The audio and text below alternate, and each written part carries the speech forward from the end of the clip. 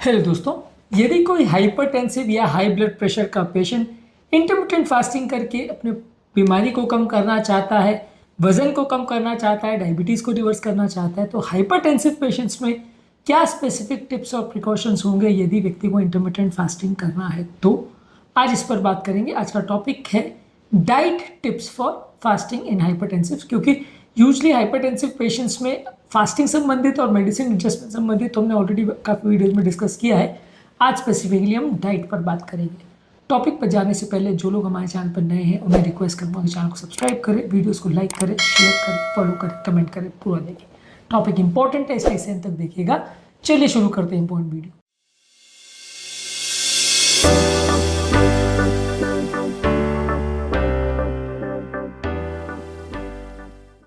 सबसे पहले तो आपको ये समझने की आवश्यकता है कि यदि कोई हाइपरटेंसिव पेशेंट अगर इंटरमिटेंट फास्टिंग कर रहा है तो उसमें सिग्निफिकेंट थोड़े ब्लड प्रेशर के फ्लक्चुएशन देखे जा सकते हैं।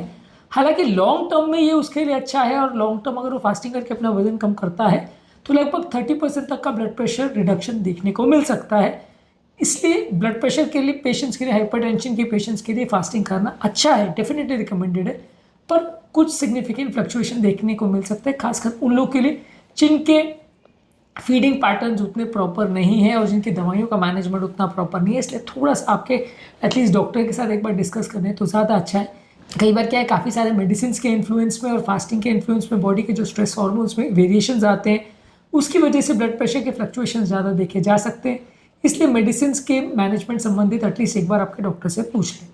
इसके अलावा आप बहुत ज़्यादा नमक वाली चीज़ें मत खाइए। कई बार क्या होता है कि अगर आप हाइपरटेंसिव हो और अगर आपका इंटेंशन ये है कि फास्टिंग करके आपको अपने ब्लड प्रेशर को कम करना है, आप अगर अपने फीडिंग इंटरवल में ज़्यादा नमक वाली चीज़ें खा लेते हो, बहुत ज़्यादा spicy oily can foods restaurant के खाने ज़्यादा बार खा लेते हो, तो इससे आपका जो है ब्लड प्रेशर का कंट्रोल कॉम्प्रोमाइज़ हो सकता है और आपका वजन जो है वो भले कम हो जाए लेकिन आपका जो ब्लड प्रेशर पे इफेक्ट मिलना है वो नहीं होगा। इनफैक्ट आपका फास्टिंग का रेजिमेंट भी कॉम्प्रोमाइज़ हो सकता है, क्योंकि इस तरह के खाद्य पदार्थ आपको फास्टिंग करने में भी सिग्निफिकेंट प्रॉब्लम क्रिएट कर सकते हैं। तो इसलिए कोशिश करिए कि लो सोडियम वाले खाने या कम नमक वाले खाद्य पदार्थों को ही ज़्यादा खाइए।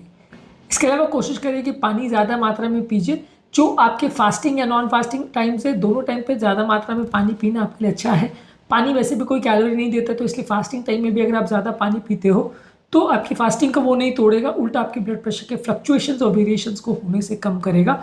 तो इसलिए कोशिश करिए कि आप ज़्यादा पानी पीजिए, बॉडी को डिहाइड्रेटेड मत होने दीजिए। डिहाइड्रेटेड होने से आपके ब्लड प्रेशर के फ्लक्चुएशन ज़्यादा बढ़ जाएंगे।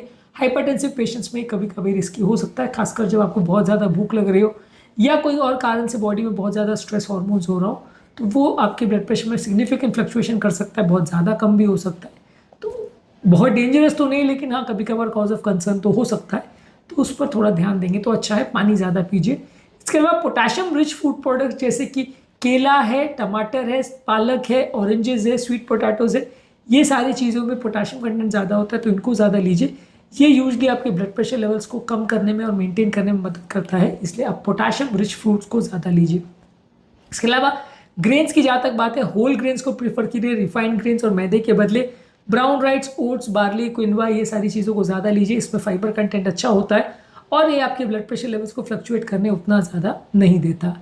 इसके अलावा लीन और फैट फ्री प्रोटीन ज़्यादा लीजिए, जैसे कि पोल्ट्री, फिश, टोफू, लेग्यूम्स, दालें, ये सब चीज़ों को ज़्यादा लीजिए।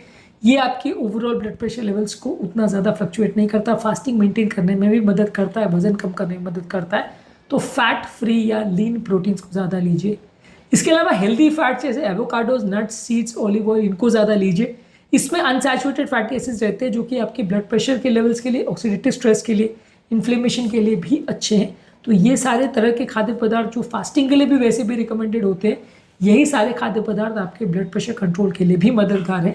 ये सारे खाद्य पदार्थों को आप ज़्यादा मात्रा में लेते हैं तो ब्लड प्रेशर कंट्रोल में भी आपको मदद मिलेगी और फास्टिंग भी आपका बेटर हो। फास्टिंग में एक बहुत बड़ा रूल ये है कि चीनी वाले खाद्य पदार्थ या मीठे खाद्य पदार्थों को ज़्यादातर अवॉइड करिए।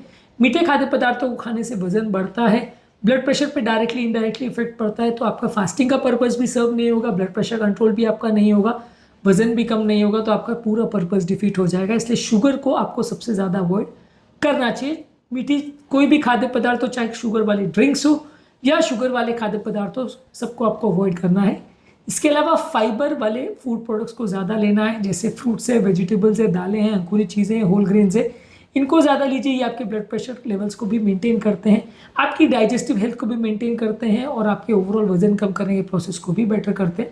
इसको ज़्यादा मात्रा में लीजिए। तली हुई चीज़ें या बहुत ज़्यादा फैट वाली चीज़ों को अवॉइड करिए। इसके बदले ज़्यादा कार्बोहाइड्रेट्स, फैट्स और प्रोटीन्स इनको ज़्यादा लीजिए। एक steady source of energy levels body में होना चाहिए। बहुत ज़्यादा ऑयली और जंक फूड आपकी हेल्थ के लिए अच्छा नहीं है।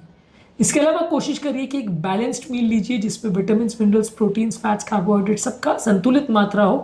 कोई भी चीज़ को बहुत ज़्यादा एक्सेस में लेने से और बाकी चीज़ों पे कट डाउन करने से ओवरऑल हेल्थ का बैलेंस मेंटेन नहीं होता और कोई चीज़ एक्सेस हो जाती है, कोई चीज़ कम हो जाती है, ओवरऑल आपकी हेल्थ कॉम्प्रोमाइज़ होती है। इसलिए एक बैलेंस्ड डाइट लेने का प्रयास करिए।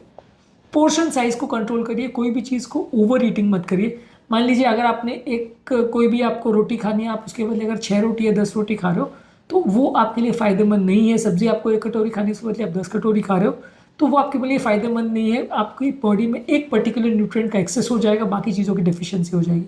तो कितनी मात्रा में खाना खाना है उसको भी कोशिश करके कंट्रोल करिए। कई बार क्या होता है, इंटरमिटेंट फास्टिंग तो आप करते हैं लेकिन बाकी टाइम पे आप ओवर ईटिंग करते हैं जिससे आपका फास्टिंग का पर्पस सर्व नहीं होता और आपको रिजल्ट्स अच्छे नहीं मिलते। इसलिए पोर्शन साइज पे विशेष ध्यान दीजिए। एक और इम्पॉर्टेंट टिप ये है कि आपके ब्लड प्रेशर को रेगुलर बेस पे चेक करते रहिए। एटलीस्ट हफ्ते में 2 से 3 बार आपके ब्लड प्रेशर को चेक करते रहिए। अगर फास्टिंग के हैबिट्स या डाइटरी पैटर्न से आपके ब्लड प्रेशर लेवल में सिग्निफिकेंट डिक्रीज या इंक्रीज देखने को मिल रहा है तो उस हिसाब से आपके डॉक्टर से डिस्कस करना पड़ेगा, दवाइयों को एडजस्ट करना पड़ेगा। कई लोगों में ब्लड प्रेशर बहुत ड्रॉप होने लगता है, कई लोगों में फ्लक्चुएशन ज़्यादा देखने मिलते हैं, बीपी ज़्यादा देखने को मिलता है। तो किस तरह का रिस्पॉन्स आपकी बॉडी कर रही है वो आपको चेक करने के बाद ही पता चलेगा। और जब आप चेक करते हो और आपको सिग्निफिकेंट कोई वेरिएशन मिल रहा है, मान लीजिए ज़्यादा कम हो रहा है तो दवाइयों के डोज को कम करना पड़ेगा, अगर बढ़ रहा है तो दवाइयों के डोज को बढ़ाना पड़ेगा। वो एडजस्टमेंट आपको अपने डॉक्टर के साथ एटलीस्ट देख के डिस्कस करते रहिए। इसके अलावा जब भी आप फास्ट तोड़ रहे हैं तो उस टाइम पे लाइट या बैलेंस्ड मील लीजिए। बहुत ज़्यादा ओवर ईटिंग मत करिए क्योंकि ओवर ईटिंग करने से आपका फास्टिंग का पर्पस डिफीट हो जाता है। बेसिकली वजन कम करने के लिए आपको एक कैलोरिक डिफिशिएंट डाइट मेंटेन करना पड़ेगा, नहीं तो आपका लॉन्ग टर्म फास्टिंग मेंटेन नहीं होगा, रिजल्ट्स अच्छे नहीं आएंगे और फास्टिंग से जो आप अचीव करना चाहते हैं अचीव नहीं हो पाएगा। इसलिए हाइपरटेंसिव पेशेंट्स के लिए फास्टिंग करना बहुत अच्छा है, करना ज़रूरी भी है, लेकिन आपको कुछ बातों का विशेष ध्यान रखने की ज़रूरत है, तभी आपको बेटर रिजल्ट्स मिल पाएंगे। उम्मीद करूँगा कि आज के टॉपिक में कुछ नई बातें जानने को मिली होगी। जो लोग हमारे चैनल पर नए हैं मैं रिक्वेस्ट करूँगा कि चैनल को सब्सक्राइब करें, वीडियोज़ को लाइक करें, शेयर करें, फॉलो करें, कमेंट करें, पूरा